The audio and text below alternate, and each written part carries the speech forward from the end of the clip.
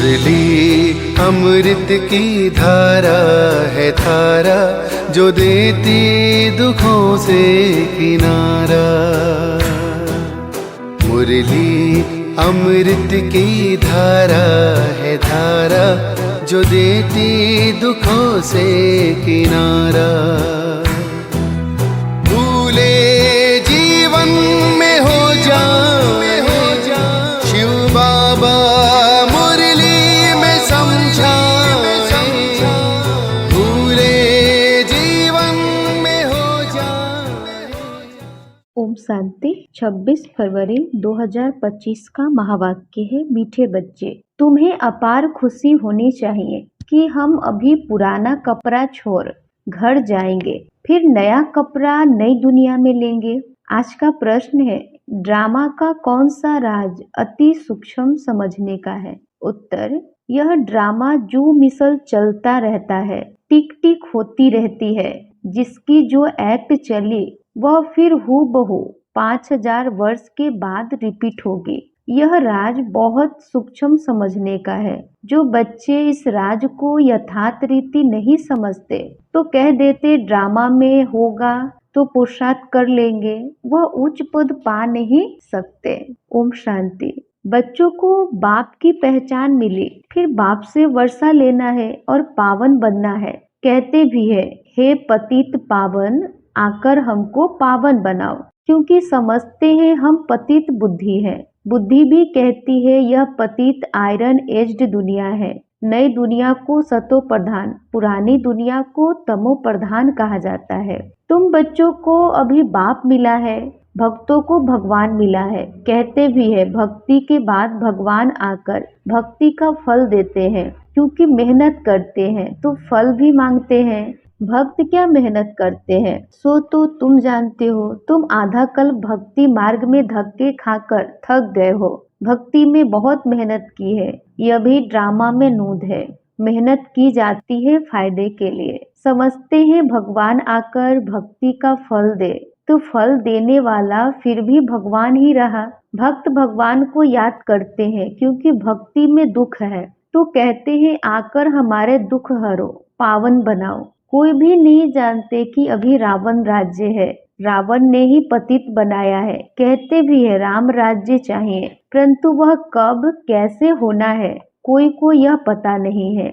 आत्मा अंदर समझती है कि अब रावण राज्य है, यह है ही भक्ति मार्ग। भक्त बहुत नाच तमाशे करते हैं, खुशी भी होती है फिर रोते भी है। भगवान के प्रेम में आंसू आ जाते हैं, परंतु भगवान को जानते नहीं। जिसके प्रेम में आंसू आते उनको जानना चाहिए ना। चित्रों से तो कुछ मिल नहीं सकता। हाँ, बहुत भक्ति करते हैं तो साक्षात्कार होता है, बस वही उनके लिए खुशी की बात है। भगवान खुद ही आकर अपना परिचय देते हैं कि मैं कौन हूँ, मैं जो हूँ जैसा हूँ दुनिया में कोई नहीं जानते। तुम्हारे में जो बाबा कहते उनमें भी कोई पक्के हैं कोई कच्चे हैं। देह अभिमान टूटने में ही मेहनत लगती है, देही अभिमानी बनना पड़े। बाप कहते हैं तुम आत्मा हो, तुम 84 जन्म भोग तमो प्रधान बनी हो। अभी आत्मा को तीसरा नेत्र मिला है, आत्मा समझ रही है। तुम बच्चों को सारी सृष्टि चक्र का नॉलेज बाप देते हैं। बाप नॉलेजफुल है तो बच्चों को भी नॉलेज देते हैं। कोई पूछे सिर्फ तुम ही 84 जन्म लेते हो? बोलो हाँ, हमारे में कोई 84 कोई 82 जन्म लेते हैं। बहुत में बहुत 84 जन्म ही लेते हैं। 84 जन्म उनके हैं जो शुरू में आते हैं। जो अच्छी रीति पढ़कर उच्च पद पाते हैं वह जल्दी आएंगे। माला में नजदीक पिरोए जाएंगे। जैसे नया घर बनता रहता है तो दिल में आता जल्दी बन जाए तो हम जाकर बैठे। तो बच्चों को भी खुशी होनी चाहिए। अभी हमको यह पुराने कपड़े छोड़ नए लेने हैं। नाटक में एक्टर्स घंटा आधा पहले से ही घड़ी को देखते रहते हैं। टाइम पूरा हो तो घर जाए, वह टाइम आ जाता है। तुम बच्चों के लिए बेहद की घड़ी है। तुम जानते हो जब कर्मातीत अवस्था को पाएंगे तो फिर यहाँ रहेंगे नहीं। कर्मातीत बनने लिए भी याद में रहना पड़े, बड़ी मेहनत है। नई दुनिया में तुम जाते हो, फिर एक एक जन्म में कला कम होती जाती है। नए मकान में 6 मास बैठो तो कुछ न कुछ दाग आदि हो जाते हैं ना, थोड़ा फर्क पड़ जाता है। तो वहाँ नई दुनिया में भी कोई तो पहले आएंगे, कोई थोड़ा देरी से आएंगे। पहले जो आएंगे उनको कहेंगे सतो प्रधान, फिर आहिस्ते आहिस्ते कला कम होती जाती है। यह ड्रामा का चक्र जो मिसल चलता रहता है, टिक टिक होती रहती है। तुम जानते हो सारी दुनिया में जिसको जो भी एक्ट चलती है, यह चक्र फिरता रहता है। यह बड़ी सूक्ष्म बातें हैं समझने की, बाप अनुभव से सुनाते हैं। तुम जानते हो यह पढ़ाई फिर 5000 वर्ष बाद रिपीट होगी। यह बना बनाया खेल है। इस चक्र का किसको पता नहीं है। इसका क्रिएटर, डायरेक्टर, मुख्य एक्टर कौन है, कुछ भी नहीं जानते। अभी तुम बच्चों को पता है हम 84 जन्म भोग अब वापिस जाते हैं। हम आत्मा है, देही अभिमानी बने तब खुशी का पारा चढ़े। वह है हद का नाटक, यह है बेहद का। बाबा हम आत्माओं को पढ़ा रहे, यह नहीं बताएंगे कि फलाने समय यह होगा। बाबा से कोई भी बात पूछते हैं तो कहते हैं ड्रामा में जो कुछ बताने का है वह बता देते हैं। ड्रामा अनुसार जो उत्तर मिलना था सो मिल गया, बस उस पर चल पड़ना है। ड्रामा बिगर बाप कुछ भी नहीं कर सकते। कई बच्चे कहते हैं ड्रामा में होगा तो पुरुषार्थ कर लेंगे, वह कभी उच्च पद पा नहीं सकते। बाप कहते हैं पुरुषार्थ तुमको करना है, ड्रामा तुमको पुरुषार्थ कराता है। कल्प पहले मुआफिक। कोई ड्रामा पर ठहर जाते हैं कि जो ड्रामा में होगा तो समझा जाता है इनकी तकदीर में नहीं है। अब तुमको स्मृति आई है, हम आत्मा है, हम यह पाठ बजाने आए हैं। आत्मा भी अविनाशी है, पाठ भी अविनाशी है। 84 जन्म का पाठ आत्मा में नुधा हुआ है, फिर वही पाठ बजाएंगे। इसको कहा जाता है कुदरत। कुदरत का और क्या विस्तार करेंगे। अब मुख्य बात है पावन जरूर बनना है, यही फिक्रात है। कर्म करते हुए बाप की याद में रहना। तुम एक मासूक के आशिक हो ना, एक मासूक को सब आशिक याद करते हैं। वह मासूक कहते हैं अभी मुझे याद करो, मैं तुमको पावन बनाने आया हूँ। तुम मुझे ही पतित पावन कहते हो, फिर मुझे भूलकर गंगा को क्यों पतित पावनी कहते हो। अभी तुमने समझा है तो वह सब छोड़ दिया है। तुम समझते हो बाप ही पतित पावन है। अब पतित पावन श्री कृष्ण को समझ कभी याद नहीं करेंगे, परंतु भगवान कैसे आते हैं यह कोई नहीं जानते। श्री कृष्ण की आत्मा जो सतयुग में थी वह अनेक रूप धारण करते करते अभी तमो प्रधान बनी है, फिर सतो प्रधान बनती है। शास्त्रों में यह भूल कर दी है। यह भी भूल जब हो तब तो हम आकर अभूल बनाए। यह भूले भी ड्रामा में है, फिर भी होंगी। अब तुमको समझाया है। शिव भगवानुवाच, भगवान कहते भी शिव को है। भगवान तो एक ही होता है, सब भक्तों को फल देने वाला एक भगवान। उनको कोई भी जान नहीं सकते। आत्मा कहती है ओ गॉड फादर। वो लौकिक फादर तो यहाँ है, फिर भी उस बाप को याद करते हैं तो आत्मा के 2 फादर हो जाते हैं। भक्ति मार्ग में उस फादर को याद करते रहते हैं। आत्मा तो है ही। इतनी सब आत्माओं को अपना अपना पार्ट मिला हुआ है। एक शरीर छोड़ फिर दूसरा ले पार्ट बजाना होता है। यह सब बातें बाप ही समझाते हैं। कहते भी है हम यहाँ पार्ट बजाने आए हैं। यह एक मांडवा है, उनमें यह चांद सितारे आदि सब बत्तियां है। ज्ञान सूर्य चांद सितारों को मनुष्य देवता कह देते हैं क्योंकि यह बहुत अच्छा काम करते हैं, रिमझिम करते हैं, किसको तकलीफ नहीं देते, सबको सुख देते हैं, बहुत काम करते हैं, इसलिए इनको देवता कह देते हैं। अच्छा काम करने वाले को कहते हैं ना, यह तो जैसे देवता है। अब वास्तव में देवताएं तो सतयुग में थे, सब सुख देने वाले थे, सबकी प्रीत थी, इसलिए देवताओं से उनकी भेंट की है। देवताओं के गुण भी गाए जाते हैं। उन्हों के आगे जाकर गाते हैं हम निर्गुण हारे में कोई गुण नहीं, आप ही तरस परोई। आपको तो तरस पड़ता होगा। बाप कहते हैं तरस पड़ा है तब तो फिर से आया हूँ तुमको गुणवान बनाने। तुम पूज्य थे अब पुजारी बने हो, फिर पूज्य बनो। हम सो का अर्थ भी तुमको समझाया है। मनुष्य तो कह देते आत्मा सो परमात्मा, परमात्मा सो आत्मा। बाप कहते हैं यह रॉन्ग है। तुम आत्मा निराकार थी, फिर सो देवता, क्षत्रिय, वैश्य, शूद्र बनी, अभी सो ब्राह्मण वर्ण में आई हो। आत्मा पहले सतो प्रधान, सतो रजो तमो में आती है। अभी तुम बच्चे समझते हो यह नॉलेज बाबा कल्प कल्प संगम युग पर हमको आकर देते हैं। बरोबर भारत स्वर्ग था, वहाँ कितने थोड़े मनुष्य होंगे। अभी कलयुग है, सब धर्म आ गए हैं। सतयुग में थोड़े ही कोई धर्म था, वहाँ होती ही है एक धर्म, बाकी सब आत्माएं चली जाती है। तुम जानते हो अभी इस पुरानी दुनिया का विनाश सामने खड़ा है। बाप राजयोग सिखला रहे हैं। कोई भी आए बोलो यह बेहद की घड़ी है। बाप ने दिव्य दृष्टि दे यह घड़ी बनवाई है, जैसे वह घड़ी तुम घड़ी घड़ी देखते हो। अब यह बेहद की घड़ी याद पड़ती है। बाप ब्रह्मा द्वारा एक धर्म की स्थापना, शंकर द्वारा आसुरी दुनिया का विनाश कराते हैं। बुद्धि भी कहती है चक्र फिरना जरूर है, कलयुग के बाद सतयुग आएगा। अभी मनुष्य भी बहुत है, उपद्रव भी बहुत होते रहते हैं, मुसल भी वही है। शास्त्रों में तो कितनी कथाएं बना दी है। बाप आकर वेदों शास्त्रों का सार समझाते हैं।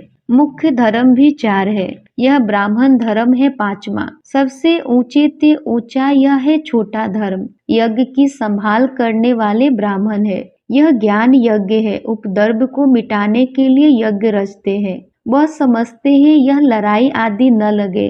अरे लड़ाई नहीं लगेगी तो सतयुग कैसे आएगा? इतने सब मनुष्य कहाँ जाएंगे? हम सब आत्माओं को ले जाते हैं तो जरूर शरीर यहाँ छोड़ना पड़े। तुम पुकारते भी हो हे बाबा आकर हमको पतित से पावन बनाओ। बाप कहते हैं हमको जरूर पुरानी दुनिया का विनाश कराना होगा। पावन दुनिया है ही सतयुग, सबको मुक्ति धाम ले जाता हूँ। सब काल को तो बुलाते हैं ना, यह नहीं समझते कि हम तो कालों के काल को बुलाते हैं। बाप कहते हैं यह भी ड्रामा में नूद है। आत्माओं को छीछी दुनिया से निकाल शांति धाम ले जाता हूँ। यह तो अच्छी बात है ना।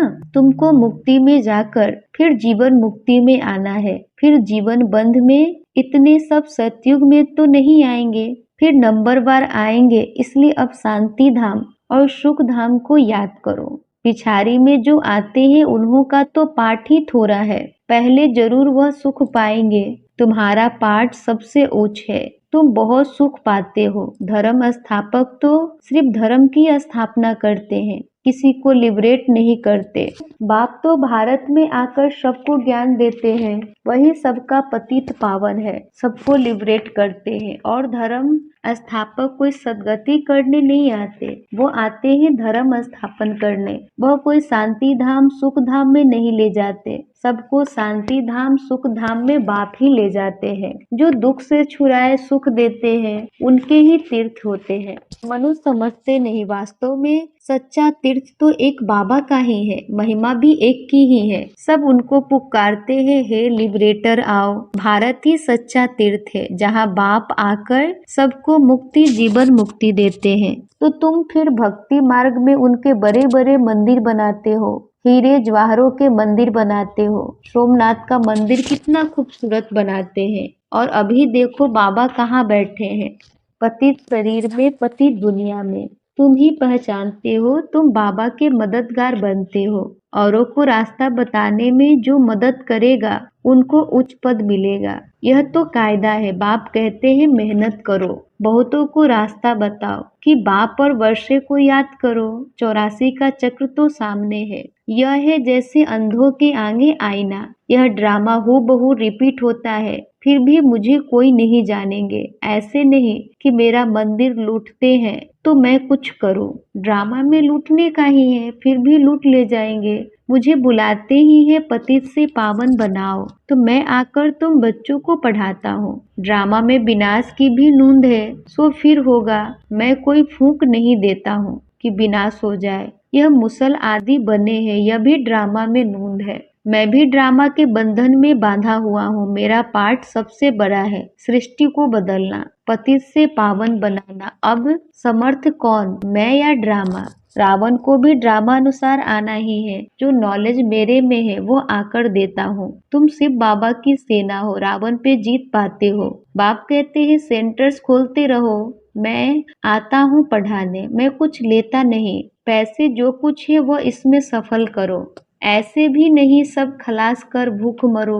भूख कोई मर नहीं सकता, बाबा ने सब कुछ दिया, फिर भूख मरते हैं क्या? तुम भूख मरते हो क्या? सिर्फ बाबा का भंडारा है। आजकल तो दुनिया में देखो कितने मनुष्य भूखे मरते हैं। अभी तुम बच्चों को तो बाप से पूरा वर्षा लेने का पुरुषार्थ करना है। यह है रूहानी नेचर क्योर। बिल्कुल सिंपल बात, सिर्फ मुख से कहते हैं मन मना भवा, आत्मा को क्योर करते हैं। इसलिए बाप को अविनाशी सर्जन भी कहते हैं। कैसा अच्छा ऑपरेशन सिखलाते हैं। मुझे याद करो तो तुम्हारे सब दुख दूर हो जाएंगे, चक्रवर्ती राजा बन जाएंगे। इन कांटों के जंगल में रहते हुए ऐसे समझो कि हम फूलों के बगीचे में जा रहे हैं, घर जा रहे हैं। एक दो को याद दिलाते रहो, अल्लाह को याद करो तो बेबादशाही मिल जाएगी।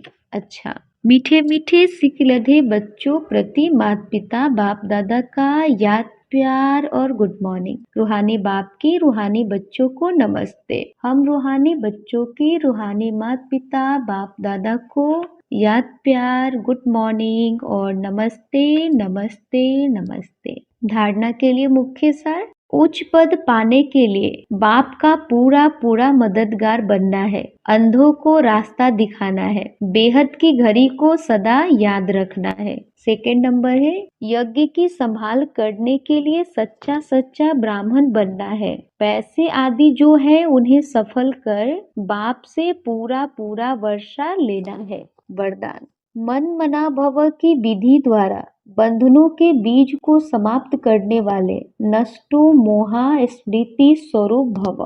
मन मना भव की विधि द्वारा बंधनों के बीज को समाप्त करने वाले नष्टो मोहा स्मृति स्वरूप भव।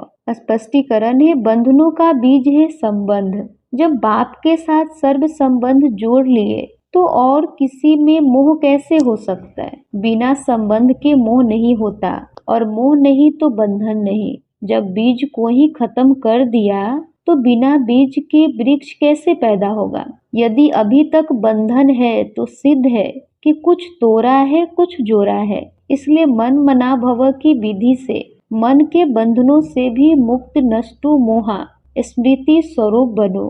फिर यह शिकायतें समाप्त हो जाएगी कि क्या करे बंधन है, कटता नहीं। स्लोगन है, ब्राह्मण जीवन का सांस उमंग उत्साह है, इसलिए किसी भी परिस्थिति में उमंग उत्साह का प्रेशर कम न हो। ब्राह्मण जीवन का सांस उमंग उत्साह है, इसलिए किसी भी परिस्थिति में उमंग उत्साह का प्रेशर कम न हो। अव्यक्त सारे, एकांत प्रिय बनो, एकता और एकाग्रता को अपनाओ। जितना सेवा की हलचल में आते हो उतना बिल्कुल अंडरग्राउंड चले जाओ। कोई भी नई इन्वेंशन और शक्तिशाली इन्वेंशन अंडरग्राउंड ही करते हैं, तो एकांतवासी बनना ही अंडरग्राउंड है। जो भी समय मिले, इकट्ठा 1 घंटा व आधा घंटा समय मिलेगा नहीं, लेकिन बीच में 5 मिनट भी मिले तो सागर के तले में चले जाओ। इससे संकल्पों पर ब्रेक लग सकेगी, फिर वाणी में आना चाहेंगे तो भी नहीं आ सकेंगे। अच्छा, ओम शांति।